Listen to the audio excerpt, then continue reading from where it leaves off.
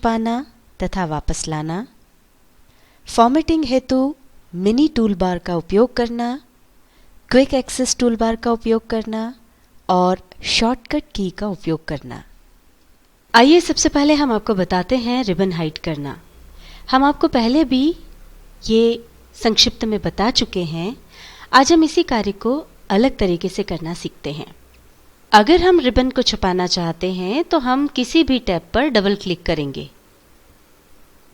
ये देखिए रिबन जो है वो हाइड हो गई है और अब सिर्फ टैब्स के नाम यहाँ पर दिखाई दे रहे हैं, डिटेल्स नहीं। और अगर हमें रिबन को अनहाइड करना है तो फिर हम किसी भी टैब पर डबल क्लिक करेंगे। ये देखिए रिबन वापस आ गई है। टैब्स की डिटेल्स भी यहाँ पर दिखाई दे रही हैं। अगर हम चाहते हैं कि रिबन के साथ टैब्स भी हाइड हो जाएं, तो उसके लिए हम व्यू पर जाकर फुल स्क्रीन पर क्लिक करेंगे। ये देखिए यहाँ से टैब्स, उनकी डिटेल्स सब हाइड हो गए हैं। अब अगर हमें नॉर्मल स्क्रीन वापस चाहिए तो एस्केप बटन प्रेस करेंगे। उसको प्रेस करते ही ये देखिए वापस से रिबन, टैब्स, उनकी डिटेल्स, ये सब कुछ वापस आ गए हैं। अब हम आपको बताते हैं फॉर्मेटिंग से रिलेटेड कुछ ट्रिक्स। अभी तक हम होम टैब में जाकर के फॉन्ट का स्टाइल, कलर, अलाइनमेंट इत्यादि बदलते थे, किंतु फॉर्मेटिंग करने के लिए हमारे पास रिबन के अलावा एक छोटा सा ऑप्शन और भी है और वो है mini tool bar. Mini tool bar के लिए हमें सेल पर जाकर बस राइट क्लिक करना है और देखिए ये मिनी टूल बार हमारे सामने आ गया। अब इसमें फॉर्मेटिंग के ऑप्शंस दिए हुए हैं जिसकी सहायता से हम फॉर्मेटिंग संबंधित कार्य शीघ्रता से कर सकते हैं। आप यहाँ देख सकते हैं इस मिनी टूल बार में फॉर्मेटिंग के बेसिक ऑप्शंस जैसे फॉन्ट, साइज, कलर, अलाइनमेंट इत्यादि मिल जाते हैं। इनमें से जिस भी ऑप्शन की हमें ज़रूरत हो वो हम यहीं से यूज़ कर सकते हैं। जैसे हमें फॉन्ट का साइज़ चेंज करना है, ये अभी साइज़ है 12, इसको हमने कर दिया 14। तो ये देखिए जिस सेल पर हम थे उसका फॉन्ट साइज़ चेंज हो गया है। इसको वापस चेंज करना हो तो यहीं से मिनी टूल बार की सहायता से हम इसे फिर बदल सकते हैं। इसी तरह सेल के अंदर अगर हम किसी टेक्स्ट को सिलेक्ट करते हैं तो बिना राइट क्लिक किए मिनी टूलबार से भी छोटी एक टूलबार ओपन हो जाती है जो आपको पहले तो धुंधली नज़र आती है। हमने जो टेक्स्ट सिलेक्ट किया है उसके ऊपर आप देख सकते हैं धुंधला सा एक टूलबार जो है वो नज़र आ रहा है। जैसे ही हम माउस को उसके ऊपर ले जाते हैं तो वो फिर हमको क्लियर नज़र आने लगता है। ये मिनी टूल बार से भी छोटी है और इसमें फॉर्मेटिंग के कम ऑप्शंस हैं। जैसे यहाँ पर हम फॉन्ट, उसका साइज, फॉन्ट को बोल्ड करना, इटैलिक करना, कलर करना इत्यादि कर सकते हैं। उदाहरण के लिए हमने जो टेक्स्ट सिलेक्ट किया है हम उसको कलर करना चाहते हैं तो ये यहीं से हमने उसको कलर कर दिया है। अब हम आपको बताते हैं क्विक एक्सेस टूल बार का उपयोग करना। यूं तो हम इसका उपयोग आपको पहले भी संक्षिप्त में बता चुके हैं, पर आज हम इसी कार्य को अलग तरीके से करना सीखते हैं। ये ऑफिस बटन के पास में क्विक एक्सेस टूल बार होता है। इसमें कुछ कमांड्स दी हुई होती हैं जिसका इस्तेमाल हम सीधे उसके आइकन पर क्लिक करके कर सकते हैं। अभी हमारे पास क्विक एक्सेस टूल बार में केवल 3 ऑप्शंस हैं, सेव, अनडू और रीडू। पर अगर हम इसमें और ऑप्शंस ऐड करना चाहें तो कर सकते हैं। ऑप्शंस ऐड करने के लिए क्विक एक्सेस टूल बार के कॉर्नर में एक डाउनवर्ड एरो है, उस पर क्लिक करें। अब इसमें यहाँ पर कुछ कमांड्स और दिए हुए हैं। अगर आप इनमें से कोई लेना चाहते हैं तो वो आप सिलेक्ट कर सकते हैं और अगर आपको और ज़्यादा कमांड्स चाहिए तो मोर कमांड्स पर जाकर क्लिक करें। ये देखिए अब ये एक बॉक्स ओपन हो गया है। इसमें यहाँ पर वो ऑप्शंस हैं जो कि अभी हमारे पास क्विक एक्सेस टूल बार में प्रेजेंट हैं और ये वो ऑप्शंस हैं, या हम यूँ कह सकते हैं ये उन ऑप्शंस की लिस्ट है जिनमें से हम और ऑप्शंस को लेकर के यहाँ पर ऐड कर सकते हैं। जो भी ऑप्शन हमें चाहिए उस पर हम क्लिक करेंगे। जैसे हमने चुना डिलीट शीट कॉलम्स, इसको सिलेक्ट किया और अब हम ऐड पर क्लिक कर देंगे। ये जैसे ही ऐड पर क्लिक किया, ये देखिए ये ऑप्शन यहाँ पर आ गया। इस तरह से जो भी ऑप्शंस आपको चाहिए उन्हें आप सिलेक्ट करके ऐड करते जाएं। ये देखिए सारे ऑप्शंस यहाँ पर ऐड हो गए हैं। जो भी ऑप्शंस आपको चाहिए वो जब आपने ऐड कर लिए हों तब ओके पर क्लिक कर दें। अब आप देख सकते हैं क्विक एक्सेस टूल बार में जो भी ऑप्शंस हमने ऐड किए थे वो सब यहाँ पर आ गए हैं। इससे हमारा काम आसान हो जाएगा। हमें बार बार रिबन में जाकर एक ही काम करने की ज़रूरत नहीं है। बस क्विक एक्सेस टूल बार में उस ऑप्शन पर एक क्लिक करें और आपका काम हो जाएगा।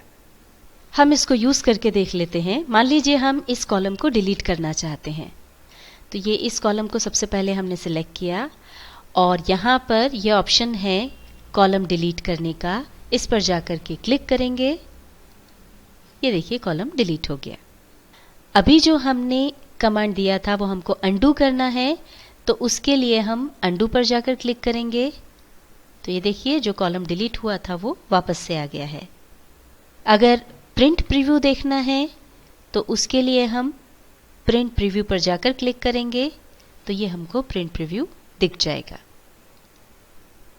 अब ये जो हमने यहाँ पर अलग अलग ऑप्शंस ऐड किए हैं, अगर हम उनका क्रम बदलना चाहते हैं तो वो भी हम कर सकते हैं। मान लीजिए हमें प्रिंट प्रीव्यू वाला जो ऑप्शन है वो चौथे नंबर पर चाहिए, तो उसके लिए डाउनवर्ड एरो पर क्लिक करेंगे, मोर कमांड के ऑप्शंस पर क्लिक करेंगे। अब यहाँ से जो भी ऑप्शन हमें ऊपर लाना है उसे सिलेक्ट करेंगे। ये हमको प्रिंट प्रीव्यू ऑप्शन चौथे नंबर पर चाहिए, तो हमने इसको सिलेक्ट किया। अब हम अप एरो पर तब तक क्लिक करेंगे जब तक कि ये हमारी मनचाही जगह पर ना पहुंच जाए। ये देखिए अब ये चौथे नंबर पर आ गया है। इसी तरह हम सभी ऑप्शंस का नंबर चेंज कर सकते हैं और काम हो जाने के बाद ओके पर क्लिक कर दें। यहाँ पर आप देख सकते हैं ये क्रम बदल गया है। चौथे नंबर पर प्रिंट प्रीव्यू वाला ऑप्शन आ गया है। सभी ऑप्शंस को हम शॉर्टकट की से भी यूज कर सकते हैं। उसके लिए हम ऑल्ट की प्रेस करेंगे। ऑल्ट की प्रेस करते ही ये देखिए क्विक एक्सेस टूल बार में जो भी कमांड्स थी उन सब के नंबर आ गए हैं। साथ ही दूसरे जो हमारे टैब्स हैं उनके भी अलग अलग लेटर्स आ गए हैं। अब मान लीजिए हमको इन कमांड्स के अंदर इंसर्ट शीट रो वाला कमांड उपयोग में लाना है, तो उसके लिए ये 9 नंबर दिया हुआ है। अब हम 9 नंबर अगर प्रेस करेंगे तो ये देखिए एक और रो जो है वो यहाँ पर इंसर्ट हो गई। अब देखिए ये जो रो इंसर्ट हुई है इसको हमको डिलीट करना है, तो उसके लिए ऑल्ट की प्रेस करेंगे। तो उसके लिए जो ऑप्शन है वो 6 नंबर पर है। हम 6 नंबर की प्रेस करेंगे। ये देखिए रो जो है वो डिलीट हो गई। अभी हमने क्विक एक्सेस टूल बार में जो कमांड्स दिए हुए थे उनके लिए शॉर्टकट कीज का उपयोग किया। इसी तरह से टैब्स के लिए भी शॉर्टकट कीज आ जाती हैं। जैसे ही हम अल्टर की प्रेस करते हैं तो ये देखिए यहाँ पर इनके लिए भी शॉर्टकट कीज आ गई हैं। मान लीजिए हम पेज लेआउट यूज करना चाहते हैं, इसके लिए शॉर्टकट की P है। हम जैसे ही P की को प्रेस करेंगे तो P प्रेस करते ही पेज लेआउट वाला टैब जो है वो खुल गया है और इसके अंदर जो सब ऑप्शंस हैं उसके लिए भी शॉर्टकट कीज आ गई हैं। मान लीजिए हम इसका बैकग्राउंड चेंज करना चाहते हैं, तो बैकग्राउंड के लिए शॉर्टकट की है G प्रेस करते ही बैकग्राउंड चेंज करने के लिए ऑप्शन आ जाएगा।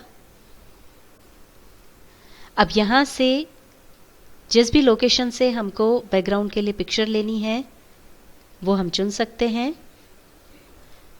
और उसको चुन करके बैकग्राउंड चेंज कर सकते हैं। अब अगर हमको बैकग्राउंड हटाना है तो वापस हम इसको अंडू कर देते हैं। यहाँ पर क्विक एक्सेस टूलबार में हमने जो कमांड्स जोड़े हैं उनकी संख्या है 9। अब अगर हमको 10वीं कमांड इसमें ऐड करनी है तो उस कमांड को हम सिलेक्ट करके यहाँ पर ले आएंगे। अब ये देखिए ये हो गई है 10 कमांड्स।